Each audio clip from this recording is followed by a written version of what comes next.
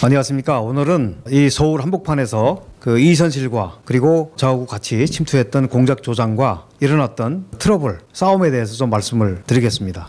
사실 저는 북한에서 30여 년 살면서 정말 주요 직책에서 활동을 하면서 헤게모니 싸움, 권력 싸움을 한다는 거는 사실 생각을 안 하고 살았습니다. 상상을 안 하고 살았는데 그것도 평화로운 어떤 북한에서라면 약간의 알력도 있을 수 있고, 그런데 저는 목숨을 내놓고 하는 적지에서 이 사람들이 이렇게 권력을 놓고 싸움을 할 것이라고는 정말 상상도 못했는데 실제 일어났습니다. 어떻게 일어났냐 하면, 원래 이제 앞서 말씀드린 것처럼 이선실은 노동당 정치국 후보위원, 그리고 최고인민회의 대의원, 그리고 이제 권력서열 19위, 굉장히 이제 지위가 높습니다.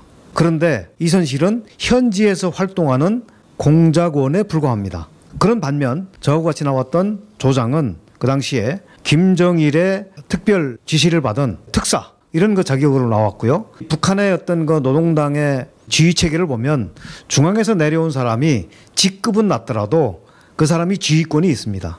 그래서 이제 이선실은 조장의 말을 들어야 되는 그런 위치에 있는데, 여기 들어와서 이제 업무를 가지고 이제 논의하는 과정에 둘이서 이제 싸움이 붙었습니다. 결국은 뭐냐면 내가 세냐 이거죠. 그래서 저하고 같이 나왔던 공작 조장이 권중연 씨인데, 이 권 조장은 이선실에게 당신은 내 말을 들어야 된다, 이렇게 얘기를 하고, 이선실은 내가 정치위원인데 당신 말을 왜 듣느냐, 이렇게 해가지고 이제 둘이서 언쟁이 붙어가지고 결국은 둘이가 이제 나중에 말을 안 하더라고요. 말을 안 하니까 가운데서 저만 굉장히 입장이 난처하게 됐습니다. 그때 당시에 그 같이 왔던 조장이 얘기했던 건 뭐냐면, 당신이 포섭했다고 했던 그 김모 씨, 그 유명한 그 권력서열 2위까지 했다는 그 김모 씨에게 이렇게 얘기를 하라, 그렇게 해서 이제 지시를 한 겁니다. 그러니까 이선실이 거기서 신경 딱 내고는 이제 반발을 하더라고요. 왜 내가 당신 말을 들어야 되냐? 그건 내가 알아서 하겠다. 그러니까 이제 이 조장으로서는 황당하죠. 이거 저희가 이제 북한에서 침투하기 전에 그 지도부에 있는 장차관들과 다 상의를 하고, 어떻게 보면 김정일에게 보고해서 다 허락받고 나온 건데, 이 양반이 이선실이 조장의 말을 안 듣겠다고 하니까, 거부를 하니까 조장이 거기서 이제 완전히 열이 받은 겁니다. 그러니까 조장은 왜 당신 내 말을 안 듣느냐, 그렇게 감정적으로 나갔고, 이선실은 왜 내가 가서 얘기하면 될 거 아니냐, 그러면서 또 싸움이 붙었고요. 이렇게 돼서 이제 둘이가 굉장히 그 앙숙 관계가 된 겁니다. 사실 이선실은 그 예전에도 이런 사실이 있습니다. 저희보다 먼저 한 1년 반 전에, 그러니까 87년 말쯤에 한개 공작조가 이선실을 접선해서 대동복귀하려고 침투를 했었습니다. 그 당시 침투했던 공작조는 엄마하고 아들하고 관계, 그러니까 그 할머니 공작원이 있었는데, 이분도 이제 남한 출신이에요. 남한 출신이고 그 당시 60대였고요.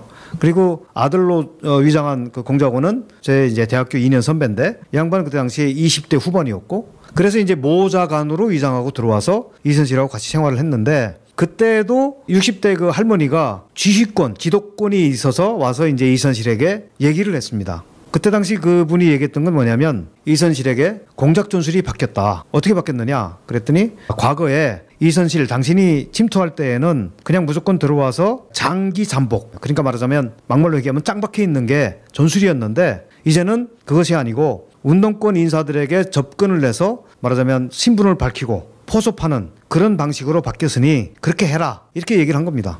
근데 이선실이 거기서 반발을 한 겁니다. 왜냐하면 그때 당시 이선실이 뭐라고 했냐면, 나는 여기에 나오기 전에 김일성을 만났다. 실제 김일성을 접견을 했습니다. 79년 겨울에 그 일본에 있을 때 공작선을 타고 들어가서 김일성을 만나고 다시 일본을 가서 영주 귀국하는 방법으로 이제 들어왔거든요.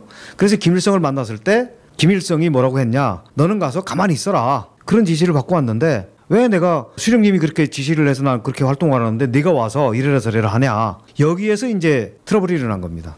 결국은 그 할머니가 와가지고 계속 설득을 해도 안 되니까 북한 공작 지도부에다가 무전으로 보고를 했습니다. 이선실이 내 말 안 듣는다. 그래서 북한에서 이제 다이렉트로 이선실한테 지령을 한 겁니다. 당신 그 파견 공작원의 말을 들어라. 그랬는데도 하여튼 그 당시에 우리 그 할머니 두 분이, 여성 두 분이 싸우다가 결국은 화해를 못한 것 같아요. 그래서 이 팀은 이선실을 데리고 가야 되는데 이선실이 안 가겠다고, 나는 좀 더 하고 가겠다. 그래가지고 끝내 데리고 가지도 못했습니다. 그래서 임무 수행을 제대로 못한 그런 그 사례도 있었는데 이런 그 목숨을 내놓고 일을 하는 적지에 와서도 그런 그 헤게모니 싸움, 지휘권 싸움이 벌어지는 게 북한 대남공작 내부의 아주 그 비참한 현실이라고 말씀을 드릴 수가 있습니다. 오늘 여기까지 말씀을 드리겠습니다.